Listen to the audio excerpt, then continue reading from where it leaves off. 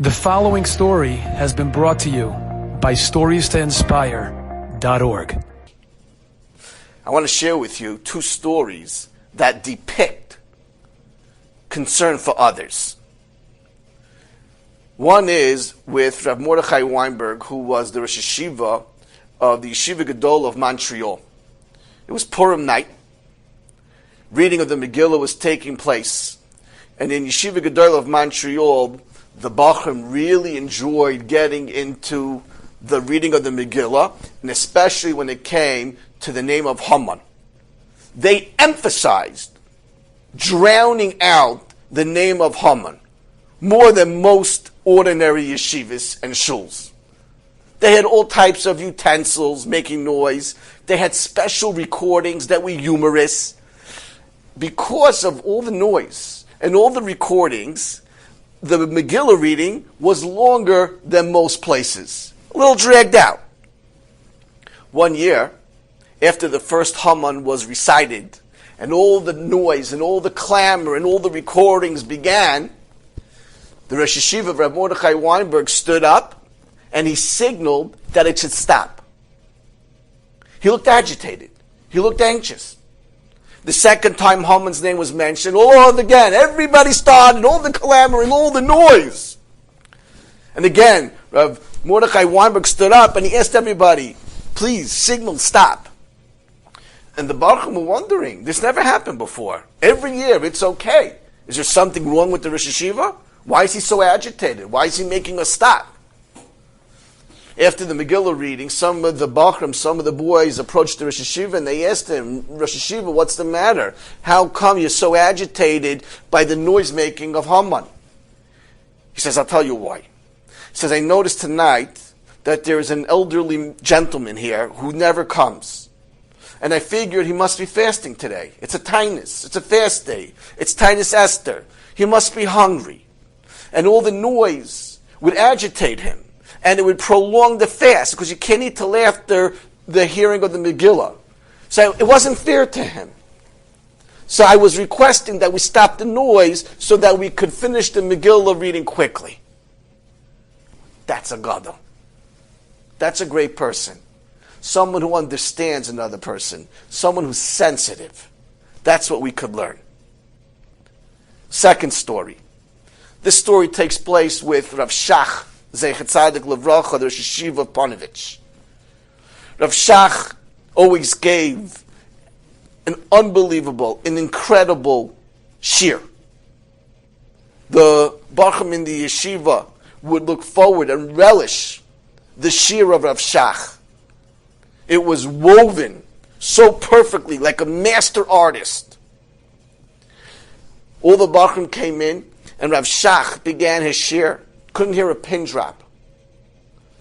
Rav Shach, in the middle of explaining the sugya, says, I remember a certain Rabbi Kiva Eger, but I don't remember where it is exactly. And he went quiet. He went silent. The entire room was quiet. He asked, does anyone here know of the Rabbi Kiva Eger that I'm talking about? Hush. No one knew what the Rosh Yeshiva was talking about. You could hear a pin drop. Suddenly from the back comes up one of the young men with a Tshuvas Rabbi Kiva Eger. And he hands it over to Rav Shach. Rav Shach looks at the boy, eyes flashing with delight. Gives him this huge smile. He hands it over to the Rosh Yeshiva. Rav Shach opens it up, and he continues his shir based on that Rabbi Kiva Eger. All the Baruch were wondering, what went on over here? After the shir was over, word got out. What transpired during the shir today? This boy, who had given Rav Shach the Rabbi Kiva Eger during shir, was dating a girl for a very long time.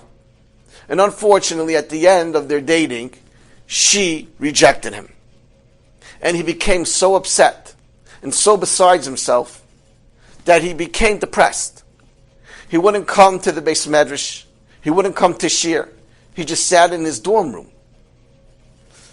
His chavrusa knew this, and he went to Rav Shach, and he told them what was going on. Rav Shach says, we have to make him besimcha. We have to make him happy. That day, he happened to be in the Beis Medrash learning with his chavrusa, and Rav Shach in the Beis Medrash went over to this young man, and he says to him, so Nu, tell me something you're learning today. The young man stands up and he says, Rosh Yeshiva, I'll tell you, we just came across a very interesting Rabbi Kiva Eger on the sugya. Rav Shach says, stop right there. Stop, don't tell me anything further. Rav Shach went, he learned to up the Rabbi Kiva Eger, and made sure to include that Rabbi Kiva Eger in his shir, to make this boy feel good. And that's why during the shir, he made believe that he didn't know which Rabbi Kiva Eger it was. He wanted everybody to give their attention to that young man. Nobody knew this, except for the chavrusa. That is sensitivity. That's concern. That's empathy. Look, Rav Shach, the Gadol Adar, he had so much on his shoulders. But look how much he cared about another bacher, another student. He has to feel good. We have to make him happy. This is what we learn from Moshe Rabbeinu. This is what we learn from Rav Mordechai Weinberg. This is what we learn from Rav Shach. We have to care for everyone. Enjoyed this story? Come again. Bring a friend. StoriesToInspire.org